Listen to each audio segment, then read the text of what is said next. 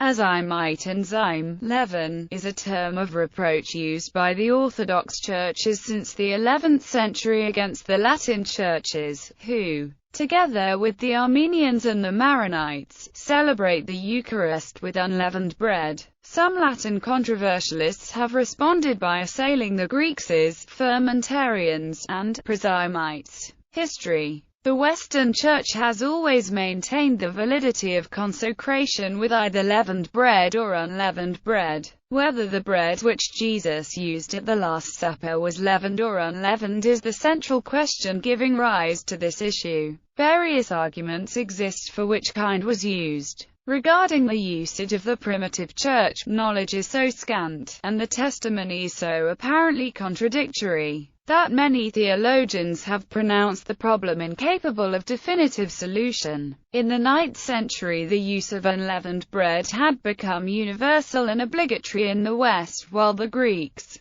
desirous of emphasizing the distinction between the Jewish and the Christian Pasch, continued the exclusive offering of leavened bread. Photius made no use of a point of attack which occupies a prominent place in later Orthodox polemics. The Western explanation is that Photius saw that the position of the Latins could not successfully be assailed. 2 centuries later, the quarrel with Rome was resumed by a patriarch who was not deterred by this consideration. As a visible symbol of Catholic unity, it had been the custom to maintain Greek churches and monasteries in Rome and some of Latin Rite in Constantinople. In 1053, Michael Carolarius ordered all the Latin churches in the Byzantine capital to be closed, and the Latin monks to be expelled. The issue became divisive when the provinces of Byzantine Italy, which were under the authority of the Patriarch of Constantinople, were forcibly incorporated into the Church of Rome following their invasion by the Norman armies. At this time the use of unleavened bread was forced upon southern Italy. At first Pope Leo IX was cautious of the Normans, but he came to appreciate their usefulness to the papacy in ousting the Byzantine authority in the south.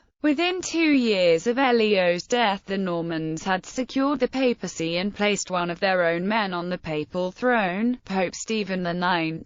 Patriarch Michael Carolarius was responding to a concrete situation within his territory, the persecution of the Byzantine Italians in southern Italy, the closing of their churches, the prohibition of their rite, the removal of their bishops and the imposition of the Latin unleavened bread for the Eucharist. This enforced change in the Byzantine provinces of southern Italy, causing anti-Italian riots in Constantinople and the decision of the Patriarch to close the Latin churches in the imperial city. As a dogmatic justification of this act, he advanced the novel tenet that the unleavened oblation of the Franks was not a valid mass, and one of his chaplains, Constantine by name, trod the consecrated host under his feet. The proclamation of war with the Pope and the West was drawn up by his chief lieutenant, Leo of Acrida, Metropolitan of the Bulgarians. It was in the form of a letter addressed to John, Bishop of Trana, in Apulia, at the time subject to the Byzantine Emperor, and by decree of Leo the Isaurian attached to the Eastern Patriarchate. John was commanded to have the letter translated into Latin and communicated to the Pope and the Western bishops.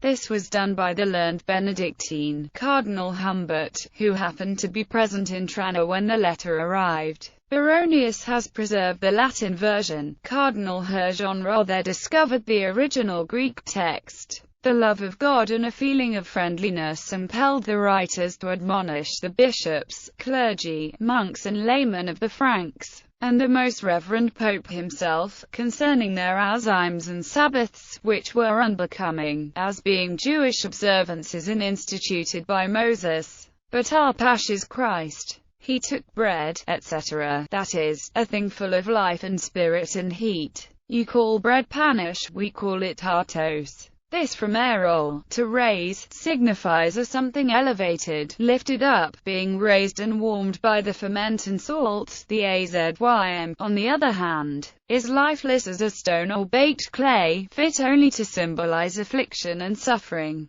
But our pasch is replete with joy, it elevates us from the earth to heaven even as the leaven raises and warms the bread. This validity of the etymological reasoning with the term zartos from aero was and is disputed. The Latin divines found a number of passages in Scripture where unleavened bread is designated as artos. Cardinal Humbert recalled the places where the unleavened loaves of proposition are called artois. In the Septuagint, one can find the expression artis azimus in XXXIX. Carolarius found the issue politically useful in his conflict with the Latins. In popular opinion, the flour and water wafers of the Franks were not bread, their sacrifices were invalid, they were Jews not Christians. Their lifeless bread could only symbolize a soulless Christ. Therefore, they had clearly fallen into the heresy of Apollinaris. The controversy became a key factor in producing the East-West schism, which persists to this day. This question of azymes brought forth a cloud of pamphlets, and made a deeper impression on the popular imagination than the abstruse controversy of the filioque. But it caused little or no discussion among the theologians at the councils of Lyons and Florence. At the latter council the Greeks admitted the Latin contention that the consecration of the elements was equally valid with leaven and unleavened bread. It was decreed that the priests of either rite should conform to the custom of their respective church. Modern Russians have claimed for their nation the initiation of the azymes controversy, but the treatises ascribed to Leontius, bishop of Kiev,